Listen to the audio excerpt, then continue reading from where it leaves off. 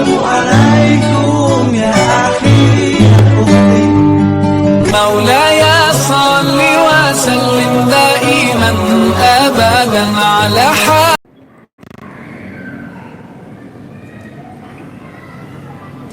Bismillahirrahmanirrahim. Assalamualaikum warahmatullahi wabarakatuh. Innal hamdalillah nahmaduhu wa nasta'inuhu wa nastaghfiruh wa na'udzu billahi min shururi anfusina wa sayyiati a'malina. May yahdihillahu fala mudilla lahu wa may yudlil fala hadiya lahu. Wa asyhadu an la ilaha illallah wahdahu la syarika lahu wa asyhadu anna Muhammadan 'abduhu wa rasuluh. Ya ayyuhalladzina amanu taqullaha haqqa tuqatih wa la tamutunna illa wa antum muslimun. يا أيها الناس اتقوا ربكم الذي خلقكم من نفس واحدة وخلق منها زوجها وبث منهما رجالا كثيرا ونساء واتقوا الله الذي تساءلون به والأرحام إن الله كان عليكم رقيبا يا أيها الذين آمنوا اتقوا الله وقولوا قولا سديدا يصلح لكم أعمالكم ويغفر لكم ذنوبكم ومن يطع الله ورسوله فقد فاز فوزا عظيما أما بعد. Alhamdulillah, kita panjatkan puji dan syukur hanya kepada Allah Tabaraka wa Ta'ala, di mana kembali kita dimudahkan dengan segala rahmat dan inayahnya dari Allah Subhanahu wa Ta'ala, dikumpulkan di tempat yang penuh berkah ini untuk melanjutkan kajian kita, yaitu kisah para nabi dan rasul. Maka kita meminta kepada Allah Subhanahu wa Ta'ala agar menjadikan majelis kita ini adalah majelis yang penuh dengan berkah, agar majelis ini dijadikan majelis yang dengannya kita ambil ilmu yang bermanfaat, dan kita meminta kepada Allah Subhanahu wa Ta'ala taufik dan hidayahnya agar selalu membimbing kita untuk melaksanakan hal-hal yang dicintai dan diridhoinya Subhanahu wa Ta'ala. Amin. Maka sebelum kita melanjutkan kepada kisah Nabi yang berikutnya, yaitu kisah Nabi Dzulkifli, ada satu riwayat yang belum sempat disebutkan pada pertemuan yang lalu karena memang majelisnya dimulai telat karena keterlambatan anak, sehingga riwayatnya belum selesai, tetapi sudah dikebut dengan waktu azan, di mana riwayat tentang Nabi Ayub yang diriwayatkan oleh Al-Imam Al-Bukhari rahimahullahu taala. Pada akhir kisah pekan lalu kita telah mengetahui bahwa Allah Subhanahu wa taala sudah mengembalikan segala hal kepada Nabi Ayub alaihissalam, baik berupa harta yang tadinya hilang maupun anggota keluarga yang tadinya hilang, kesehatan, baik kesehatan zahir maupun kesehatan batin, semuanya kembali sebagaimana sebelum musibah datang kepada Nabi Ayub. Bahkan Allah Subhanahu wa taala memberikan kelebihan, mendobelkan apa yang tadinya beliau punya alaihi salatu wassalam. Maka kata Al-Imam Bukhari rahimahullahu taala dari hadis Abu Hurairah radhiyallahu taala anhu, suatu hari Nabi Ayub sedang yaghtasilu uryanan, mandi di sebuah, ya bisa dibilang sungai lah. Ya tentunya mandinya nggak bareng-bareng gitu kan, karena di sini kata Imam Bukhari dalam riwayatnya Nabi Ayub mandi dalam keadaan telanjang. Ya kalau keadaan telanjang maka nggak bareng-bareng gitu, tapi dia mandi di sebuah tempat yang tersembunyi dari pandangan-pandangan manusia, tersembunyi dari pandangan-pandangan manusia. Kemudian fakharra alaihi, maka Allah Subhanahu wa taala turunkan saat itu jaradun min dhahab, belalang dari emas. Jadi ketika Nabi Ayub alaihissalam sedang mandi, kemudian Allah Subhanahu wa taala turunkan belalang dari emas yang berjumlah sangat banyak. Yang berjumlah sangat banyak. Maka saat itulah Nabi Ayub alaihissalam yahtafi fi thawbihi, ngambil belalang-belalang tersebut dimasukin ke bajunya. Dimasukin ke bajunya. Diambil semua belalangnya dimasukin ke bajunya. Maka saat itulah fanadahu rabbuhu subhanahu wa ta'ala, Allah subhanahu wa ta'ala memanggil Nabi Ayub alaihissalam, ya Ayub, wahai Ayub, alam akun agnaituka amma tara, bukankah aku telah memberikanmu kecukupan sebagaimana kamu bisa rasakan sendiri. Artinya ketika Allah subhanahu wa ta'ala sudah mengembalikan keadaan Nabi Ayub alaihissalam, kemudian suatu hari setelah kenikmatan itu dikembalikan oleh Allah Subhanahu wa taala. Nabi Ayub sedang mandi, tiba-tiba Allah Subhanahu wa taala turunkan belalang dari emas.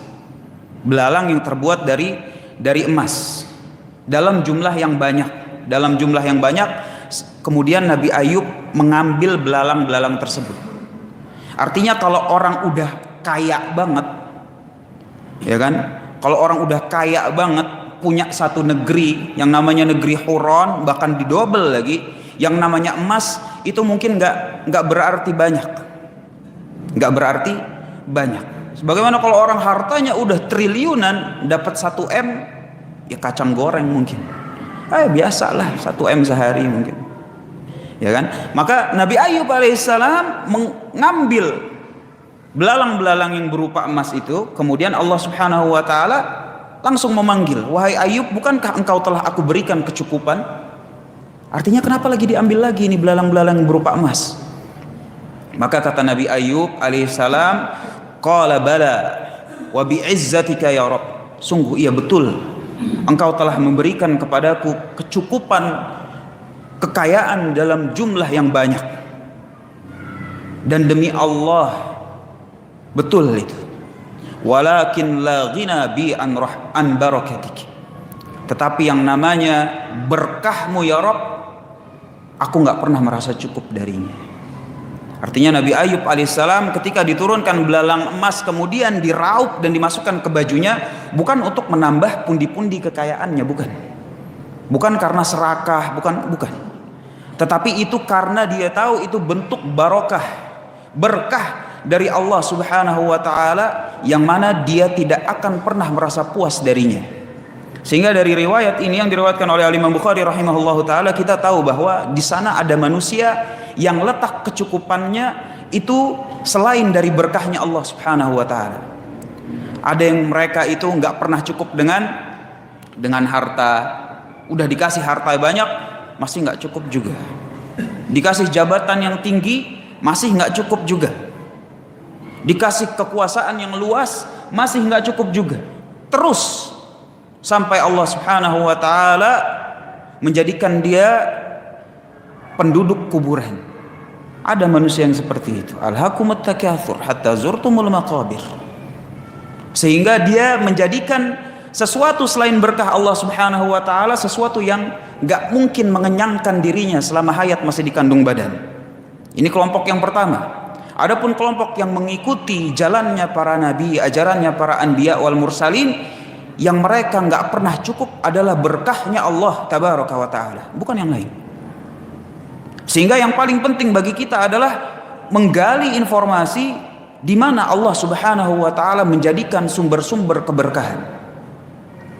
Setelah mengetahui informasi inilah sumber-sumber keberkahan yang telah disebutkan oleh Allah Subhanahu wa taala, kita beramal di atas itu dan tidak pernah merasa cukup dari hal tersebut. Kenapa? Karena yang namanya berkah secara definisi sebagaimana kata Ar-Raghib, berkah itu adalah thubutu al-khairil ilahi, adanya kebaikan ilahi. Sehingga kita nggak boleh sembarangan mengecap atau mendompleng ini berkah, itu berkah, ini berkah, itu berkah, kecuali ada dalil dari Allah Subhanahu wa taala atau Rasulnya alaihi salatu wassalam. Ada ayat-ayat menunjukkan hal ke arah situ, baik secara tersurat ataupun tersirat. Harus ada. Kenapa? Karena berkah itu adalah al-khair al-ilahi, kebaikan dari Allah, kebaikan yang sifatnya itu ilahi, dan gak mungkin yang sifatnya ilahi kita yang karang. Maka gak ada cara yang lain dengan menggali informasi kecuali dari apa yang Allah Subhanahu wa ta'ala turunkan. Dan sifat dari berkah itu, kenapa dinamakan berkah? Sebagian ulama bilang karena berasal dari kata birkah. Birkah itu wadah. Makanya sebagian, kalau nggak salah ya, misalnya pengajian yang berkah itu biasanya kemudian dikasih besek, iya kan? Apa tuh Pak namanya? Berkat. Berkat. Kenapa? Karena kalau dikasih besek, dikasih berkat itu ya dengan itulah yang ada di isinya tuh nggak tumpah. Jadi dia tetap ada di situ. Nah, dinamakan berkah karena ketika kebaikan sudah ada, kebaikan itu terus ada. Itulah yang namanya berkah. Sehingga apabila sesuatu itu diberkahi oleh Allah Subhanahu wa taala, maka dipastikan kebaikannya itu ada, terus ada pada pemiliknya, dan bahkan menyebar kepada orang-orang yang ada di sekitarnya. Nah, informasi mengenai berkah, maka Allah Subhanahu wa taala sebutkan sangat banyak di dalam Al-Qur'an. Yang terutama tentunya adalah Al-Qur'an itu sendiri. Sebagaimana Allah Subhanahu wa taala bilang, "Wa hadza dzikrum mubarakun anzalnah." Al-Qur'an ini adalah dzikrun mubarak. Di dalamnya itu terdapat zikir yang penuh dengan berkah yang kami turunkan. Sehingga yang namanya orang Islam, bagaimanapun caranya, dia nggak pernah puas dari membaca Al-Qur'an. Sebagaimana riwayat Utsman bin Affan radhiyallahu taala anhu, seandainya hati manusia itu bersih, dia tidak akan pernah kenyang dari kalam ilahi. Gak mungkin kenyang, gak mungkin dia capek ganti yang lain. Justru yang diingin-inginkannya adalah kapan saya mempunyai waktu kosong untuk membaca Al-Quran dengan sesama, dengan seksama, mentadabburi maknanya. Sebagaimana dulu Khalid bin Walid disibukkan dari membaca Al-Quran bukan gara-gara apa, tapi karena jihad fisabilillah. Sehingga suatu hari Khalid bin Walid melihat ada orang yang membaca Al-Quran, maka kemudian dia berkata kepada dirinya sendiri, sungguh jihad fisabilillah telah melalaikan, telah menyibukkan diriku dari membaca Al-Quran. Artinya dahulu para sahabat dan para salaf yang mereka cari adalah waktu kosong untuk membaca Al-Quran. Apabila bukan membaca Al-Quran, mereka melaksanakan kebaikan-kebaikan yang bentuknya lain. Bukan membuang-buang waktu, enggak. Bukan seperti kita waktu Al-Quran ketika udah nggak ada apa-apa baru baca Quran, enggak. Mereka itu dijadwalin, dischedulein, kapan saya kosong, itulah saya baca Quran sebelum yang lain. Jadi schedule-nya itu prioritas atas. Bukan udah nggak ada apa-apaan nih, ngapain ya sekarang, enaknya ngapain ya, baca Quran deh, nggak gitu. Kebalik justru, sebelum ngelaksanain yang lain, maka para salaf bilang, ada nggak waktu saya untuk baca Quran? Kenapa? Karena itu adalah zikrun mubarak. Zikrun mubarak. Sehingga dalam masalah Al-Quran ini, ketika diturunkan, kota tempat diturunkannya itu menjadi berkah. Waktu diturunkannya menjadi berkah. Sebagaimana kota Biladul Haramain, Mekkah dan Madinah. Mekkah Allah Subhanahu wa taala firmankan di dalam Al-Qur'an, inna awwala baiti wudi'a lin-nas bi Bakkah mubarakah. Mekkah itu adalah sebuah tempat yang berkah. Kemudian juga malamnya diturunkan Al-Qur'an dengan malam yang inna anzalnahu fi lailatin mubarakah. Sungguh kami turunkan Al-Quran itu dalam sebuah malam yang penuh dengan berkah, yaitu malam Lailatul Qadar. Sehingga saking berkahnya itu malam, kita rela untuk tidak istirahat malam itu. Kita rela, kita udah jadwalin kapan nih, tiap malam ganjil. Bagi orang yang memperhatikan imannya, dia langsung ajukan cuti kepada atasannya. Afwan Pak, malam 21, malam 23, malam 25, malam 27, malam 29, anak off dulu. Dia jadwalkan. Kenapa? Karena dia tahu, dia pengen cari keberkahannya. Karena ketika berkah, melakukan sesuatu di tempat yang berkah, di waktu yang berkah, maka Allah Subhanahu wa taala akan berkahi pula amalannya, sehingga pahalanya pun berlipat. Al-Quran diturunkan kepada siapa? Diturunkan kepada Nabi Sallallahu Alaihi Wasallam. Nggak ada yang meragukan keberkahan beliau alaihi salatu wassalam. Ya kan, makanya kalau kita tahiyat, kita doanya kan begitu. Ya Allah Subhanahu wa taala, limpahkanlah berkahmu kepada Nabi Muhammad sallallahu alaihi wasallam kama barakta, sebagaimana engkau telah memberikan berkah kepada keluarganya, kepada Nabi Ibrahim dan keluarganya. Jadi dari satu keberkahan itu muncul keberkahan yang lain. Dari satu kebaikan muncul kebaikan yang lain. Oleh karena itu Nabi Isa alaihissalam, dia berdoa kepada Allah Subhanahu wa taala, wa ja'alani mubarakan ainama kunt. Ya Allah, jadikanlah aku orang yang memiliki keberkahan dimanapun saya berada. Itu doanya Nabi Isa alaihi salatu wassalam. Dan tentunya kita sama-sama mengetahui bahwa seluruh para anbiya wal mursalin, dimanapun mereka berada, bagaimanapun keadaannya, mereka adalah orang-orang yang diberkahi Allah subhanahu wa ta'ala. Kenapa bisa diberkahi? Apa itu artinya orang yang penuh dengan berkah? Orang yang penuh dengan berkah adalah orang yang bisa menghasilkan kebaikan bagi orang lain. Orang yang beramar ma'ruf nahi mungkar. Orang yang mendakwahkan tauhid, ini yang paling utama. Yang mendakwahkan tauhid, dia tanamkan tauhid tertancap dalam sanubarinya yang dalam, kemudian dia tularkan itu kepada orang lain. Itulah yang sumber-sumber keberkahan. Sehingga dakwahnya para nabi dan para rasul disebut dengan dakwah yang mubarakah, dakwah yang penuh dengan berkah. Kenapa? Karena dakwah dengan tauhid. Ketika orang-orang menerima dakwah tauhid, dakwah yang didakwahkan oleh para nabi dan para rasul, maka Allah subhanahu wa ta'ala sebutkan, walau anna ahlal qura amanu wattaqau. Seandainya satu penduduk negeri itu beriman dan bertakwa kepada Allah subhanahu wa ta'ala, yang dua-duanya itu dibangun di atas tauhid, la fatahna alaihim barakat, akan kami turunkan, akan kami berikan berkah, bukan cuma satu dua. Allah subhanahu wa ta'ala gunakan kata jamak di sini, barakat, berkah-berkah kepada penduduk negeri tersebut. Minas sama'i wal ard, baik yang turun dari langit maupun yang ada di bumi. Sehingga kebaikan itu tersebar di seluruh masyarakat. Tersebar di seluruh masyarakat.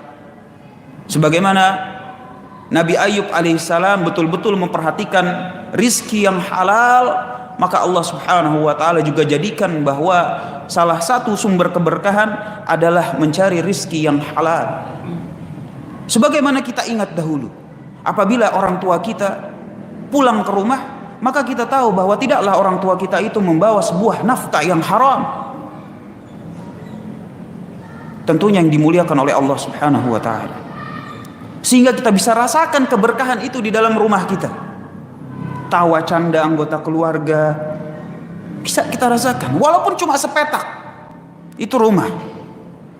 Walaupun cuma makan nasi pakai telur, coba kita ingat, ya Allah, nikmat betul itu, iya kan?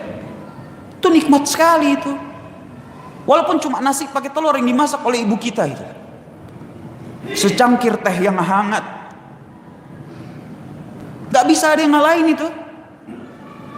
Waktu ketika ayah kita memasak nasi goreng cuma pakai teri, pakai cabai rawit, nggak ada yang lain, tapi nikmat, menjadi memori kita yang akan kita bawa sampai mati. Sehingga dari situlah kita mengucap Rabbighfirli wa liwalidayya. Kita doakan orang tua kita. Kenapa? Karena kita ingat memori-memori baik itu, bagaimana kebaikan mereka kepada kita. Itulah berkah yang bersumber dari harta yang halal. Berbeda dengan mereka yang membawa ke pintu rumahnya harta yang haram. Anaknya nggak pernah ingat kebaikan orang tuanya. Apabila yang diingat kebaikan yang berupa maksiat, dibiarkan ini, dibiarkan itu, ketangkap narkoba nggak dimarahin, demikian dan demikian. Sehingga sang anak pun nggak pernah terucap istighfar bagi orang tuanya. Jangan salahkan yang lain, salahkan dari mana kita mengambil rizki Allah subhanahu wa ta'ala dengan cara yang halal, sehingga Allah subhanahu wa ta'ala turunkan keberkahan itu, atau justru dengan sebaliknya. Karena yang namanya keberkahan itu adalah melahirkan kebaikan dari satu kebaikan menuju kebaikan yang lain, menuju kebaikan yang lain. Dan tentunya orang yang diberkahi gak selalu orang yang disenangi oleh seluruh manusia, enggak.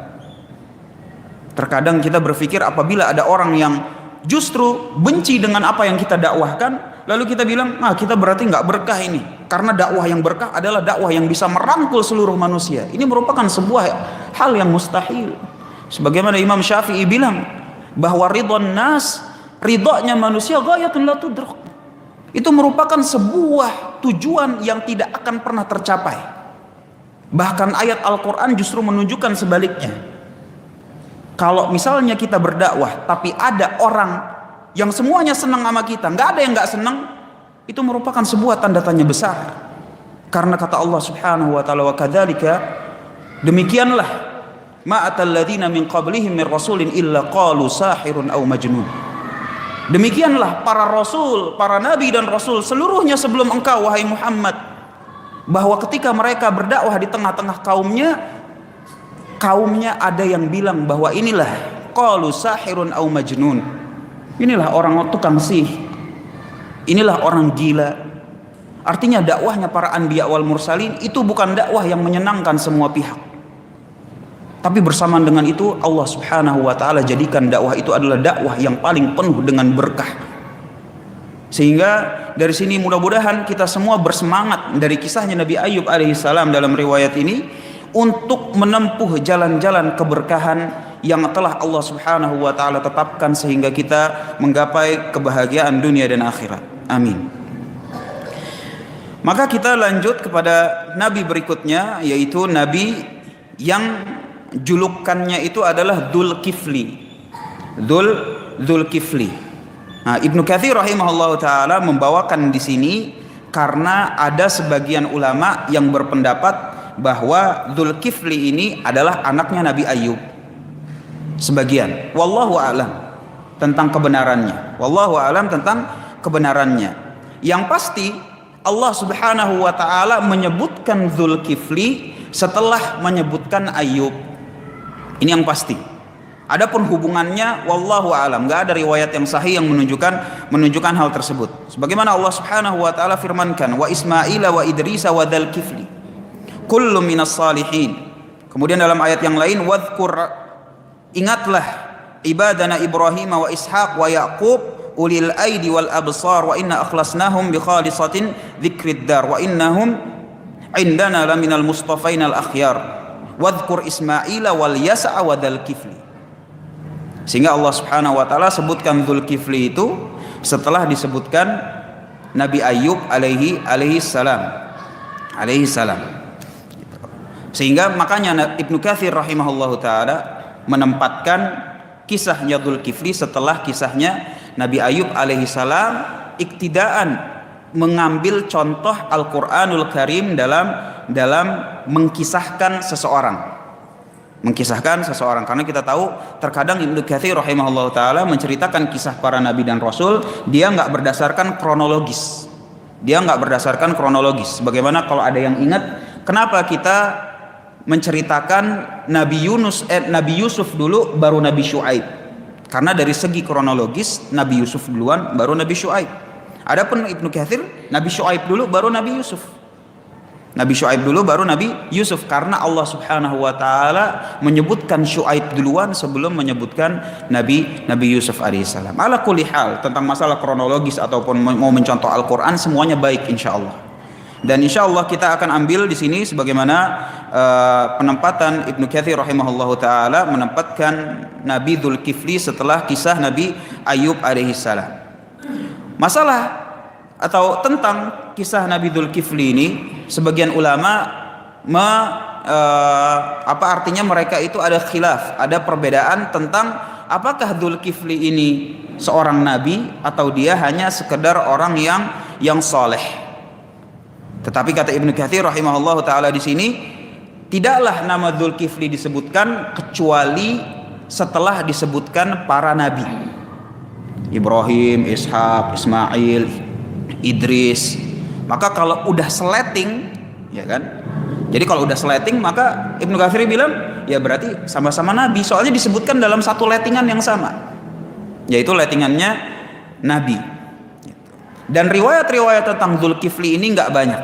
Tetapi ada riwayat satu yang selalu dipegang oleh para ulama, sebagian diriwayatkan diceritakan oleh Ibnu Abbas maupun Mujahid rahimahullahu taala, di mana suatu hari kita tahu ada nabi yang namanya Ilyasa, salah satu nabi dari Bani Israel, dan insya Allah kita akan masuk pembahasannya, cuma nggak dalam waktu dekat. Makanya kita tahu dari sini, oh kenapa langsung ke Dzulkifli dan itu bukan kronologis? Karena ada duluan yang namanya Nabi Ilyasa, padahal kita belum singgung. Singkat kata, Nabi Ilyasa satu hari ini dia berkhutbah di depan manusia untuk mencari pengganti beliau. Maka Nabi Ilyasa ini mensyaratkan kepada manusia, siapa yang mau menggantikan saya, maka dia harus memenuhi 3 syarat. Yang pertama, siangnya dia puasa. Yang kedua, malamnya dia tahajud. Yang ketiga, dia nggak boleh marah. Dia nggak boleh marah. Begitu syaratnya. Iya. Dan tentunya syarat ini, sebagaimana kita tahu, kalau orang udah biasa tahajud, tentunya dalam syariat Nabi Muhammad SAW, kalau biasa tahajud, ya otomatis sholat 5 waktunya itu udah pasti beres, lurus. Udah orang biasa tahajud. Kalau dia biasa puasa, ya otomatis puasa yang lain, menahan hawa nafsu yang lain juga udah biasa. Dan kalau dia nggak marah, maka ini luar biasa. Karena kata Rasul alaihi salatu wassalam, bukanlah orang yang kuat itu orang yang bisa berantem sana berantem sini terus menang. Tapi orang yang kuat adalah ketika marah itu datang kepadanya, dia bisa tahan. Ini kita sama-sama tahu nih, apalagi yang pemarah, masya Allah, kalau udah datang tuh gitu, subhanallah. Yang tahu kayak begini kita pemarah atau bukan cuma orang rumah. Cuma alhamdulillahnya orang rumah jarang nyebarin aib kita gitu. Tapi kalau misalnya di kurik-kurik tuh si Ustaz Fadil gimana di rumah, ditanya sama si Zaid, keluar tuh gitu. Artinya menahan marah itu susah. Menahan marah itu adalah sesuatu yang susah, sulit.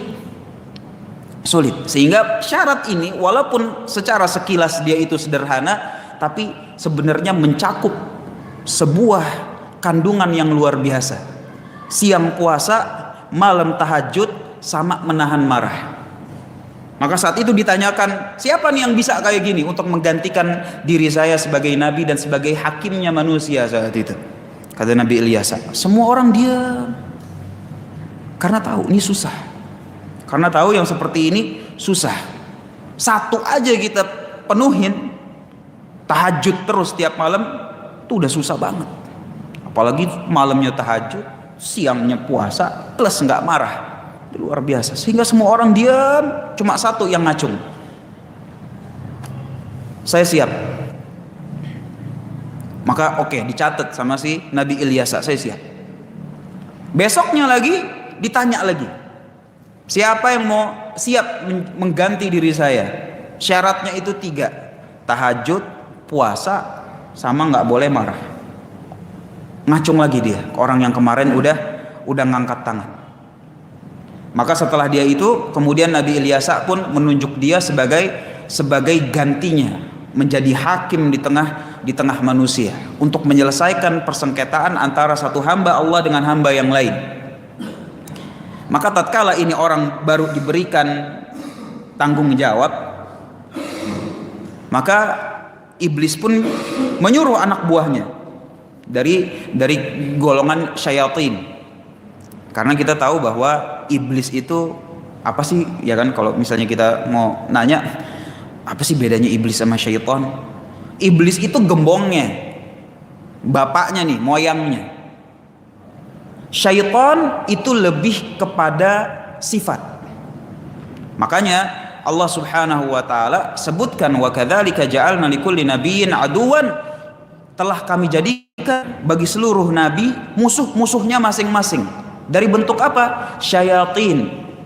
Bentuk musuhnya nabi itu syayatin, para setan, ins wal jin, yang berbentuk manusia ataupun yang berbentuk jin. Jadi baik manusia maupun jin bisa dapat julukan syaitan. Kapan itu? Ketika dia sudah mau mendurhakai Allah subhanahu wa ta'ala.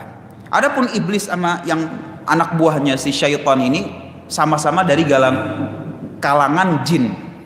Sama-sama dari kalangan jin. Maka si iblis bilang, kamu anak buah saya, coba nih, ini orang yang baru dapat jabatan ini digodain.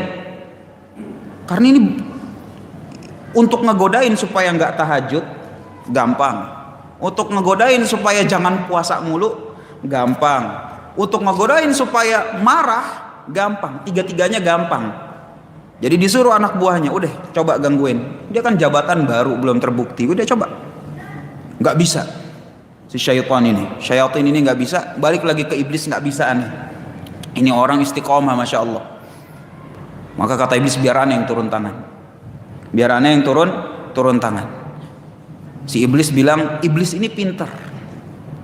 Makanya Allah Subhanahu wa taala sebutkan bagaimana iblis itu menggoda manusia dengan siasat-siasatnya, dengan strategi-strateginya. Dia ini pintar, cuma pintarnya dalam mendurhakai Allah Subhanahu wa taala. Maka dia mempunyai strategi, gimana nih orang yang baru dapat tanggung jawab ini supaya batal. Maka si iblis bilang, supaya batal semuanya, aneh gangguin waktu istirahatnya. Jadi pas waktu istirahatnya, kalau di situ saya gangguin, kemungkinan dia marah karena waktu istirahatnya saya gangguin, atau istirahatnya terganggu sehingga nanti malam nggak bisa bangun, atau antar puasanya dia batal karena kurang istirahat sehingga nggak kuat. Subhanallah, kepikiran gitu. Jadi si iblis bilang, pas waktu istirahat saya gangguin. Nah, si orang ini yang baru mendapat tanggung jawab ini tidaklah istirahat dalam sehari kecuali dalam waktu siang. Dalam waktu siang pas lagi puasa dia istirahat cuma sekali, kemudian dia bangun, kemudian seterusnya itu dia beribadah kepada Allah Subhanahu wa taala. Nah, pas dia lagi tidur ini, siap-siap tidur, iblis menjelma menjadi seorang kakek tua. Seorang kakek tua, tok tok tok. Siapa? Saya kakek tua yang terzalimi. Ya, karena kalau terzalimi, dia sebagai hakim, ya kan, si orang mendapatkan tanggung jawab ini sebagai hakim, maka dia harus memfasilitasi orang yang terzalimi karena dia hakimnya. Ya mau nggak mau, ya udah masuklah si iblis ini, kemudian curhat di situ. Dengan curhatnya dia nggak jadi istirahat siang, nggak jadi istirahat siang. Maka ketika waktu istirahat siangnya udah habis dan dia harus kembali ke tengah-tengah manusia untuk menyelesaikan konflik di antara mereka, dia bilang kepada si orang tua ini, Pak, lain kali kalau mau datang pas lagi sesi peradilan aja ya, sesinya itu sore, jangan datang jam segini. Nanti kalau udah datang ke majelis saya, baru kita ngomongin bagaimana konfliknya. Nanti insya Allah saya akan kembalikan hak-hak bapak yang diambil, hak-hak bapak yang didolimi, saya kembalikan. Siap. Maka tatkala sore tiba, di majelisnya orang yang diberikan tanggung jawab ini dicari, itu bapak tua nggak nongol. Ini orang udah ngeluh dizolimi tapi nggak hadir. Ya udahlah, besok harinya lagi pas mau tidur siang, datang lagi dia, datang lagi dengan alasan yang berbeda. Maka ditanya, loh Pak, kok datang jam segini? Kan saya bilang kalau mau datang pas sesi penghakiman, jangan jam segini. Maka si bapak tua ini, si iblis ini langsung bilang, orang-orang yang menzalimi saya itu adalah orang-orang yang pintar. Kalau pas lagi sesi penghakiman, mereka kasih haknya kepada saya, entar kamu udah pergi, baru dia menzalimi saya lagi. Jadi saya nggak bisa datang kalau sore-sore. Kenapa? Karena kalau saya datang percuma, mereka pasti baik ke saya, diberikan haknya. Ya udah, nggak apa-apa, datang aja besok sore. Nanti sore. Sore dilihat lagi, nggak datang lagi. Ini istirahat udah 2 kali terganggu.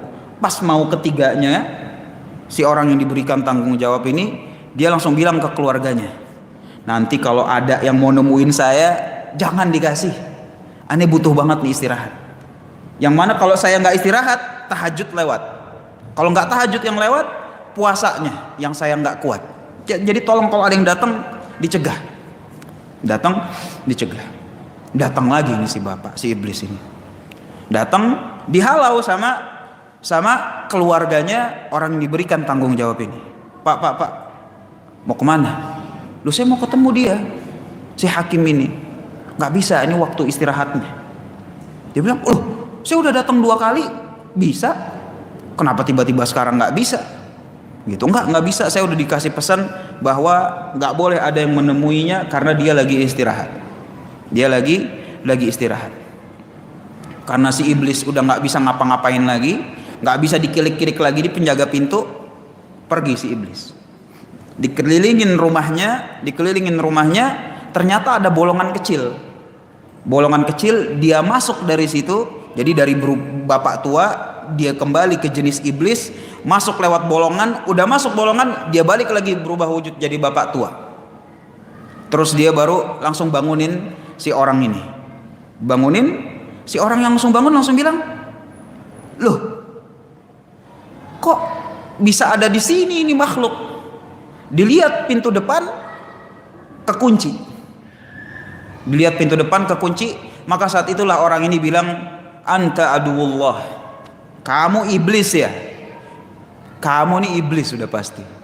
Maka saat itu si bapak tua ini langsung bilang, "Iya, saya iblis. Saya cuma mau ngasih tahu, saya gedek sama antum.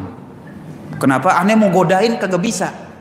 Gitu. Udah yang begini begitu tetap istiqomah. Saya betul-betul kesel sama antum. Nah, Dzulkifli dalam bahasa Arab adalah orang yang diberikan tanggung jawab. Nah, itu dia orangnya. Karena dia diberikan tanggung jawab dan berhasil sesuai dengan amanah melaksanakan tanggung jawabnya, maka Allah Subhanahu wa taala juluki dia sebagai Dzulkifli, yang memiliki, yang diserahkan kepadanya tanggung jawab. Nah, itu asal muasalnya. Nah, riwayat yang datang tentang Dzulkifli cuma itu. Artinya di sini kita bisa mengetahui, yang bisa kita ambil pelajaran bahwa iblis itu akan mencoba segala jenis cara untuk memalingkan kita dari jalan Allah Tabaraka wa Ta'ala. Yang pertama dan tujuan paling utama adalah bagaimana dia pengen hamba Allah Subhanahu wa Ta'ala itu jatuh kepada kesyirikan atau jatuh kepada kekufuran akbar. Ini yang pertama. Apabila seseorang bisa langsung dijebloskan kepada perbuatan syirik akbar atau kufur akbar, dia masuk lewat pintu situ. Kalau lewat pintu situ nggak bisa, dia masuk lewat pintu bid'ah. Tentunya bid'ah yang belum sampai sifat kufur akbar, karena bid'ah itu pun bertingkat. Ada yang bid'ah kata orang bukan, ini yang ringan, yang masih dalam tinjauan ilmiah, bisa benar, sebagian orang bilang benar, sebagian bilang lagi salah. Ini paling ringan dan mungkin orang yang mengikuti pendapat ulamanya dia nggak dosa, nggak bisa disalahin. Ada lagi yang tingkatan yang memang bid'ah, yang semua ulama setuju itu adalah bid'ah. Nah, ini lewat pintu yang ini. Kalau nggak bisa, dia masuk lewat pintu maksiat. Lewat pintu maksiat. Kufur akbar, syirik akbar nggak bisa, bid'ah nggak bisa, udah maksiat aja deh. Maksiat dari yang jenisnya itu dosa besar. Dosa besar, karena kita maksiat tahu ada yang dosa besar, ada yang dosa kecil. Dia masuk ke dosa besar, nggak bisa dosa besar, dia masuk lewat dosa kecil. Nggak bisa lewat dosa kecil, dia masuk lewat pintu makruh. Mana nih yang makruh nih? Supaya orang-orang itu melaksanakan yang makruh dulu aja deh. Yang makruh dulu aja. Nggak bisa lewat masuk pintu makruh, maka dia jadikan ketaatan kita itu berkurang kadarnya, mengganggu dalam kekhusyuan. Yang tadi maunya tahajud kan sunnah. Dalam artian kalau kita meninggalkan tahajud nggak dosa, tapi ditidurin, dibuat berat itu matanya, dibikin sibuk sehingga kita tidurnya telat, segala macam. Itulah langkah-langkah iblis memalingkan Bani Adam dari jalan Allah Subhanahu wa Ta'ala. Loh, emang kenapa Ustaz kalau kayak gitu? Bahayanya adalah setiap langkah-langkah itu yang tadi akan mengantarkan kepada level berikutnya. Makanya Allah Subhanahu wa Ta'ala sebutkan langkah-langkah tersebut sebagai khutuwatis syaitan, langkah-langkah jejak-jejak syaitan. Kenapa? Kalau diikutin satu jejak, diikutin lagi jejak berikutnya, diikutin lagi jejak berikutnya. Sebagaimana kita tahu orang itu jatuh kepada kekufuran akbar bukan dalam sehari semalam, tapi perlahan. Yang perlahan dia ikutin dulu yang makruh. Kalau orang sudah biasa melaksanakan yang makruh, dia nanti akan biasa melaksanakan dosa yang kecil. Alah, kan makruh. Besok alah, kan dosa kecil. Besok alah, kan dosa besar bisa tobat. Allah kan begini dan begini kan demikian. Gitu. Sehingga hati-hati dari sini.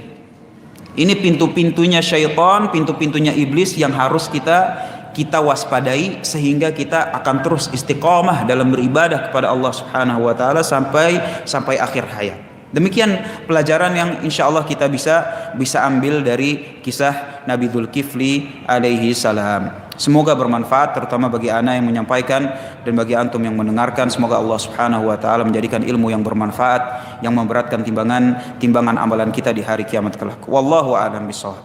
Maka dengan demikian insyaallah apabila ada yang ditanyakan tafadhol sebelum isya.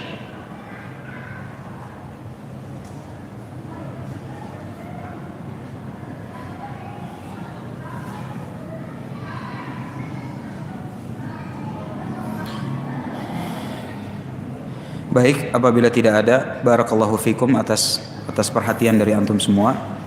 Jazakumullahu khairan. Wa sallallahu ala nabiyyina Muhammadin wa ala alihi wa sahbihi wa sallam. Wa akhiru da'wana alhamdulillahi rabbil alamin. Wassalamu alaikum warahmatullahi wabarakatuh.